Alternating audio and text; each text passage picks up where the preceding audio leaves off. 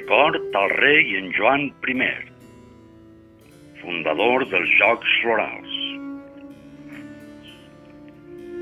Lo rei era aimador de gentilesa i digué així als doctes trobadors: «Oh, doctes trobadors d'ànima encesa, vingau i en cors d'amor i de saviesa collireu a plaer daurades flors».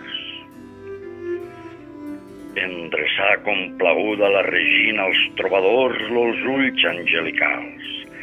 Cantaren ells amb majestat divina i brotaren la viola i l'englantina, primers capolls de nostres jocs florals.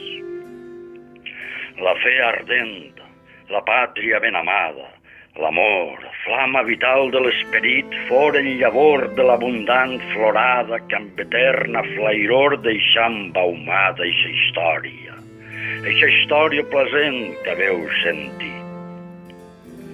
Passaren 500 anys, on soterrades estan aquelles glòries i grandors, estels desapareguts, llums apagades, no queden ni les cendres aventades del rei gentil i els doctes trobadors.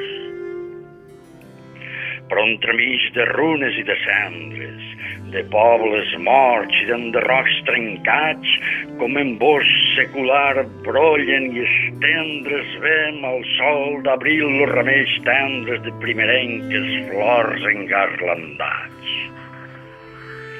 Així renaix i creix, i com un dia sobri fermosa flor que el cel envia al poble que en son cor la raïl té, i rebrolla la santa poesia de l'amor, de la pàtria i de la fe.